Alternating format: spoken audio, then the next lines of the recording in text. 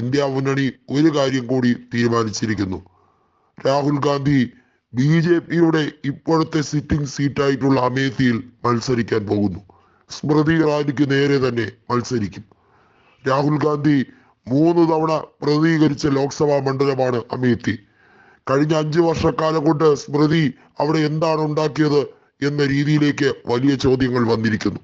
അതെ, വികസന പാതയിലേക്ക് കുതിച്ചു കയറുന്നു അമേത്തി എന്ന രീതിയിൽ സ്മൃതി ഇറാനി വലിയ രീതിയിൽ ബഡായി തട്ടിവിട്ടിട്ടുണ്ട്.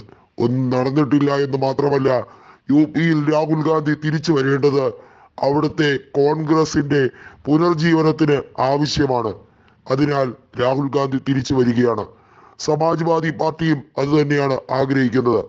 മുതിർന്ന കോൺഗ്രസ് നേതാക്കളെല്ലാം വീണ്ടും ഉത്തർപ്രദേശിൽ മത്സരിക്കണം.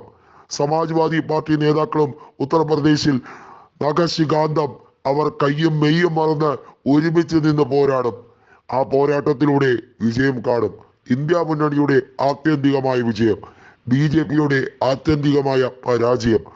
രാമജന്മഭൂമിയോ അല്ലെങ്കിൽ ക്ഷേത്രം പണിത് ജനങ്ങൾക്ക് ഇത്തരത്തിൽ ഒരു വലിയ സൗകര്യമൊരുക്കി എന്ന് പറഞ്ഞത് കൊണ്ടോ ഒന്നും അത് വോട്ടായി മാറാൻ പോകുന്നില്ല എന്ന് മനസ്സിലാക്കി കൊടുക്കാൻ ഈ തെരഞ്ഞെടുപ്പ് അതിനിർണായകമാണ്.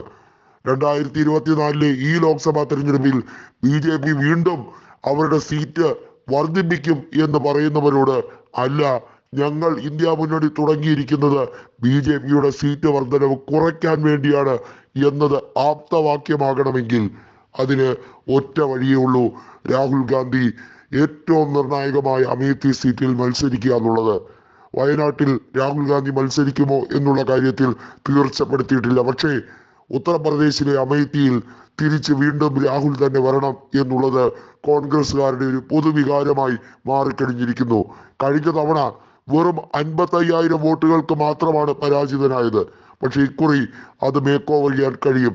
സമാജ്വാദി പാർട്ടി കൂടി അതിശക്തമായി കൂടെ നിന്ന് ക്യാമ്പയിൻ നടത്തിയാൽ വിജയിക്കാവുന്നതേ ഉള്ളൂ. ഒപ്പം വരുന്ന ശുഭകരമായ വാർത്ത, അദ്ദേഹത്തിന്റെ അനിയൻ കൂടിയായ ഫിറോസ് വരുൺ ഗാന്ധി സമാജ്വാദി പാർട്ടിയിലേക്ക് പോകും, തന്റെ മാതാവായ മേനക ഗാന്ധിയോടൊപ്പം എന്ന രീതിയിലാണ് വാർത്ത വരുന്നത്. അങ്ങനെയെങ്കിൽ അതേറെക്കുറെ കോൺഗ്രസിന് ഗുണകരമാകും. നമുക്കറിയാം, കോൺഗ്രസ് വിട്ടുപോയ എന്നാൽ കോൺഗ്രസിനോട് ഇപ്പോഴും കൂറും മമതയും കാണിക്കുന്ന കപിൽ സിബൽ എന്ന സുപ്രീം കോടതിയിലെ അഭിഭാഷകൻ, അദ്ദേഹം സമാജ്വാദി പാർട്ടിയിലെ ഒരു സീനിയർ നേതാവാണ്. ഇപ്പോഴത്തെ സാഹചര്യത്തിൽ അദ്ദേഹം തന്നെ കൃത്യമായി പറയുന്നുണ്ട്, സമാജ്വാദി പാർട്ടിയും കോൺഗ്രസും സമാനതകളില്ലാതെ ഒരുമിച്ച് കൈകോർത്ത് നിന്നാൽ മാത്രമേ ഉത്തർപ്രദേശിൽ BJPയുടെ വർഗീയ ഫാസിസത്തെ തടുത്തു തോൽപ്പിക്കാൻ കഴിയുകയുള്ളൂ. അതിനുവേണ്ടിയുള്ള തീവ്ര ശ്രമമാണ് ഇനിയുള്ള ദിവസങ്ങളിൽ അവലംബിക്കേണ്ടത്.